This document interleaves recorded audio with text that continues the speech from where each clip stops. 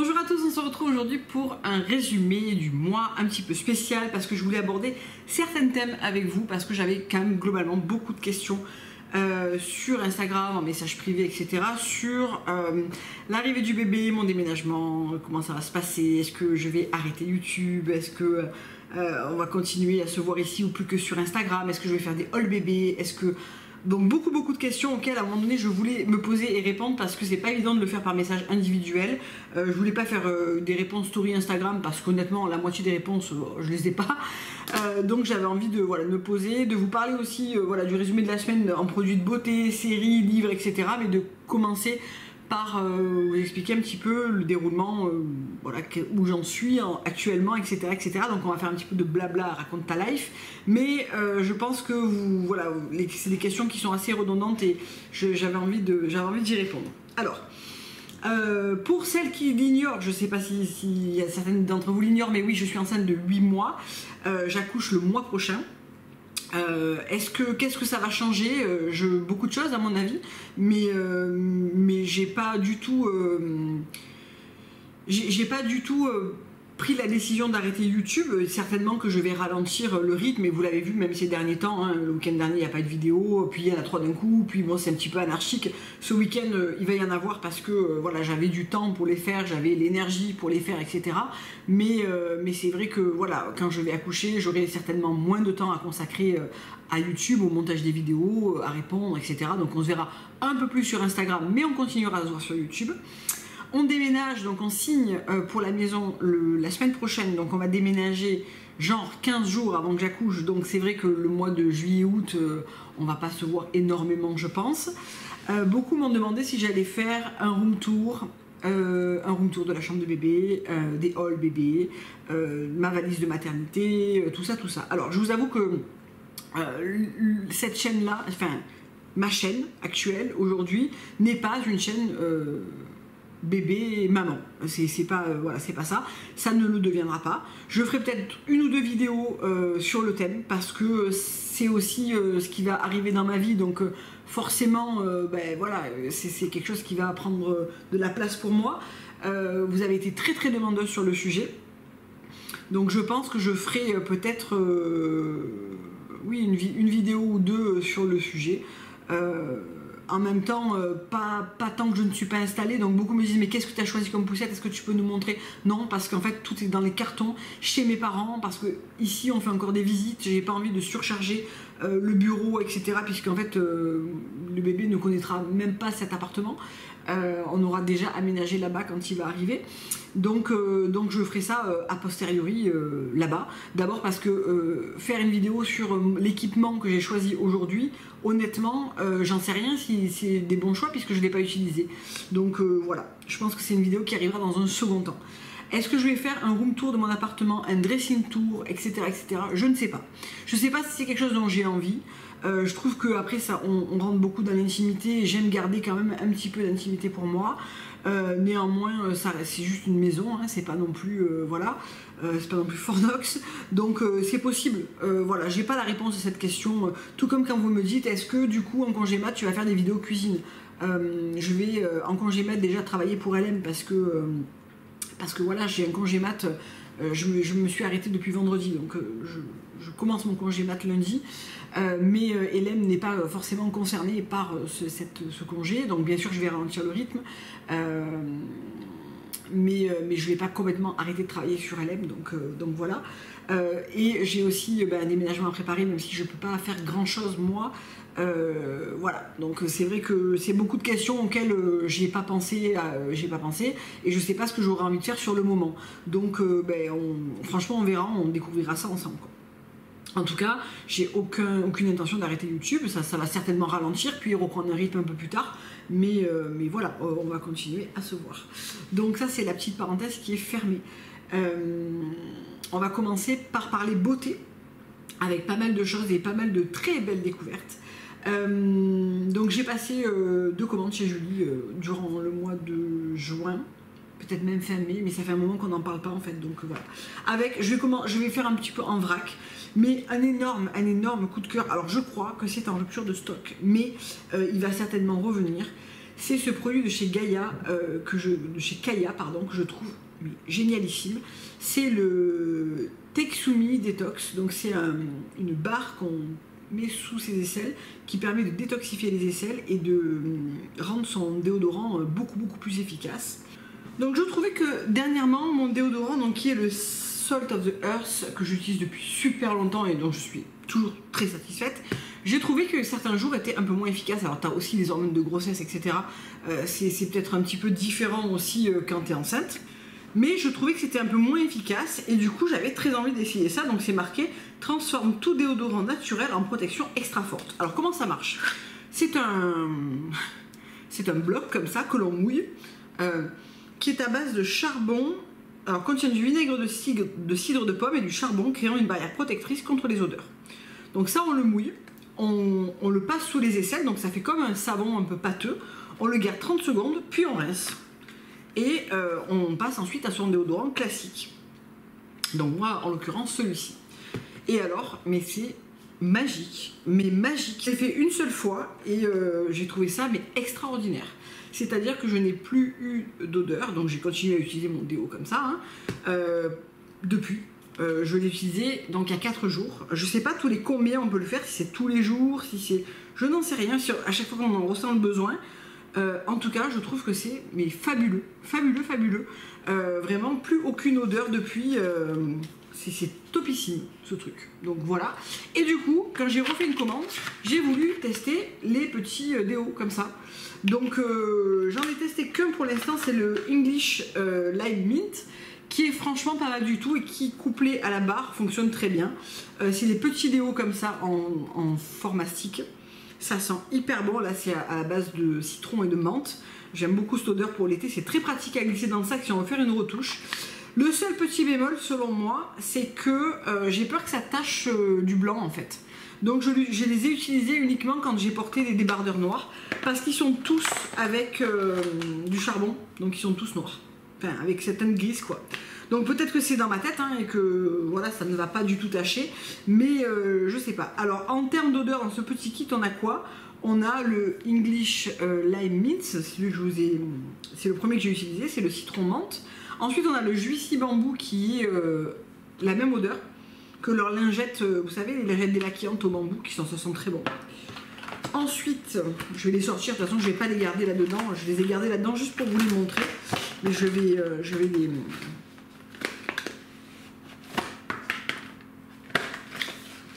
Voilà, je vais en donner un ou deux à mon mari aussi je pense. Il y a le Nordic Frost, donc à l'arrière on voit que c'est une odeur plutôt fraîche, aérienne et montagneuse, de montagne, enfin on a un petit peu les notes.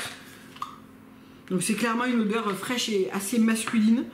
Ensuite on a celui à la rose, que j'aime pas spécialement mais qui sent pas mauvais non plus. Le Black Oat and Bourbon, qui sent hyper bon, alors ça celui-là je pense que c'est mon préféré. Celui-là, il est un petit peu ambré, je sais pas. Je trouve qu'il sent très bon. C'est le du coup. Voilà, il y a de l'ambre, du cèdre, c'est une senteur assez riche. Et ensuite, il y a le Sakura Blossom, qui sent très bon aussi. Alors en fait, je comprends pas trop parce que lequel... Ah ben en fait, moi j'ai le Juicy Bambou et là c'est censé être le Mandarine Pomelo. Bon, très bien, en tout cas le Juicy Bambou me plaît beaucoup. Et donc c'est voilà, c'est des petits déodorants comme ça, donc cruelty free, naturel, vegan, très bien. Donc je vais en garder un dans le sac. Et puis je vais alterner selon, je vais quand même tenter avec un vieux au blanc pour voir si ça attache ou pas. Mais franchement ce truc, génial. Bien, ensuite dans ma commande j'ai repris un produit que j'adore et que j'avais déjà acheté l'année dernière et peut-être même l'année d'avant. C'est le Cucumber Juice Elixir de chez The Body Daily. Je vous ai fait toute une revue sur Body Daily il y a quelques années, l'année dernière, l'année d'avant, je ne sais plus. Donc c'est un tonique visage à base de kombucha, de concombre, de chlorophylle, de chlorelle, etc. pour revitaliser. C'est un produit qui se garde au frais et que vous recevez dans des packs avec comme des trucs de congélation.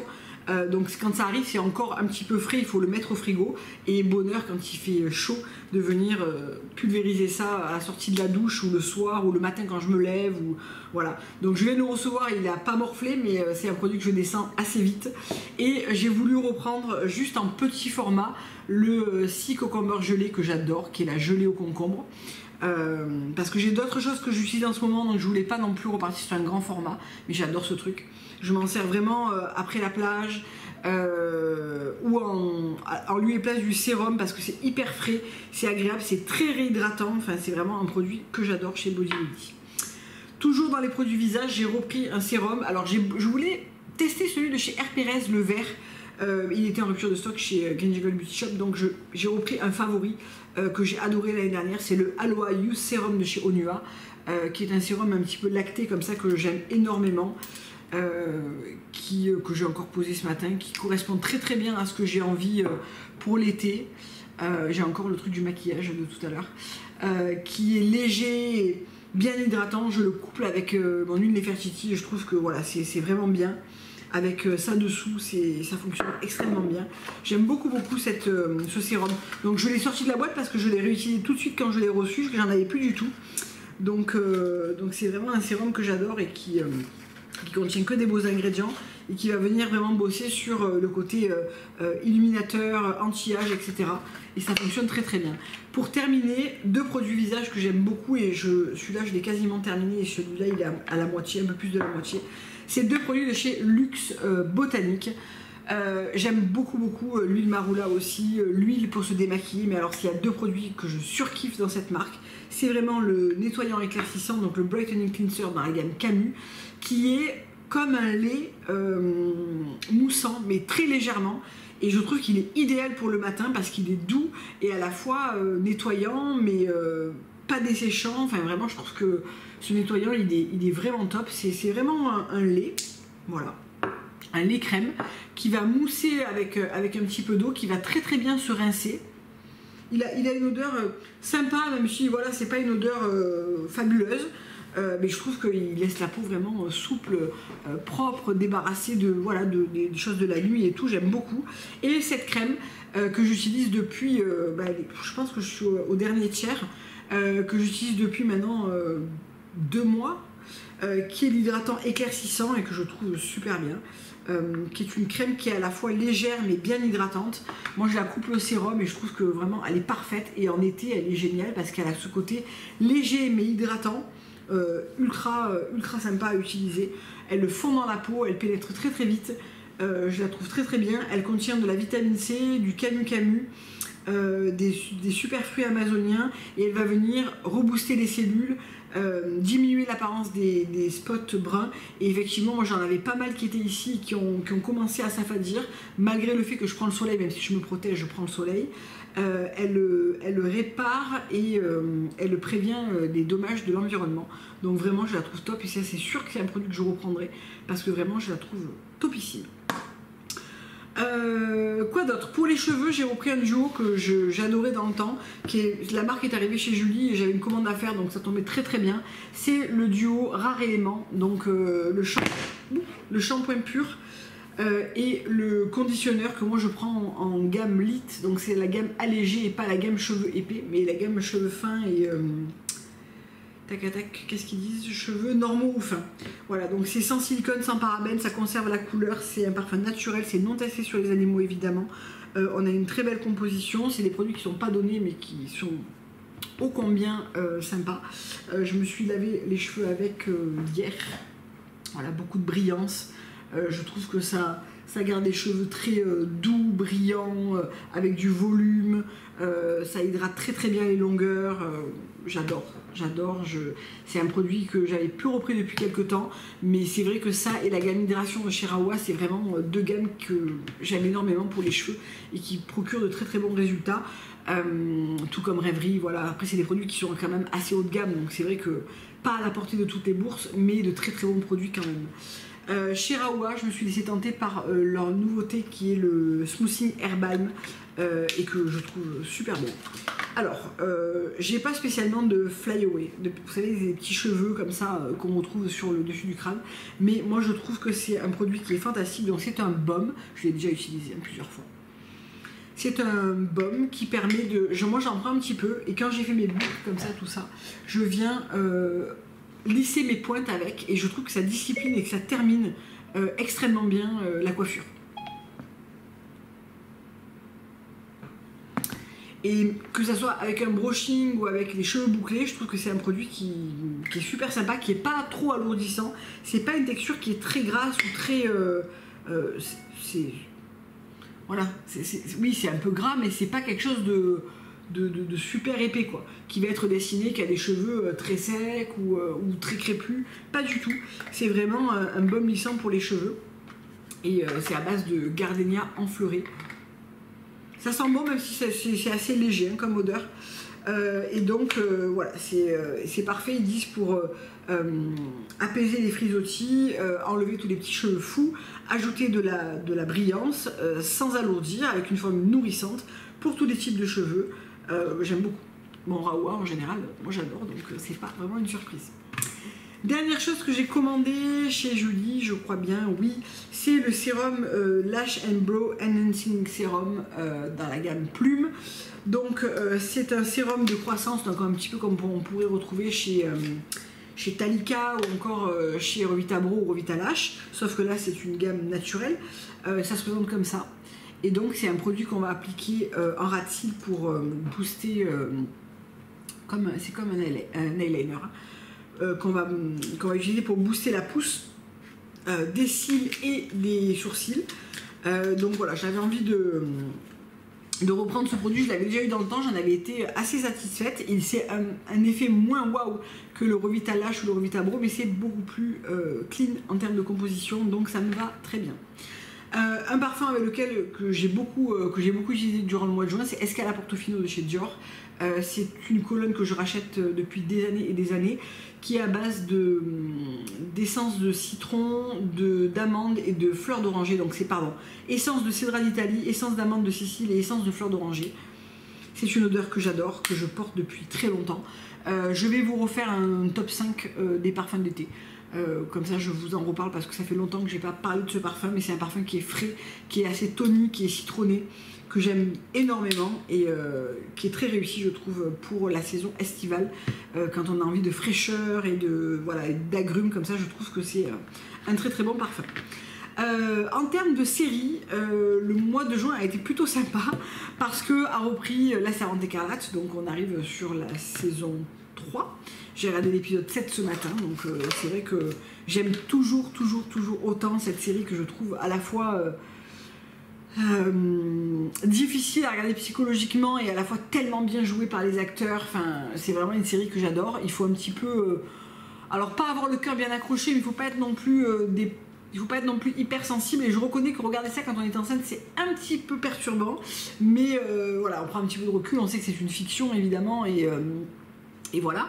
Et heureusement que c'est une fiction d'ailleurs, mais ravie de retrouver cette série et je me languis de voir comment ça va évoluer. Reine du Sud, j'ai terminé la saison 3, je l'ai balayée en très peu de temps. J'ai adoré la saison 1 et la saison 2, donc pour celles qui ne savent pas, c'est sur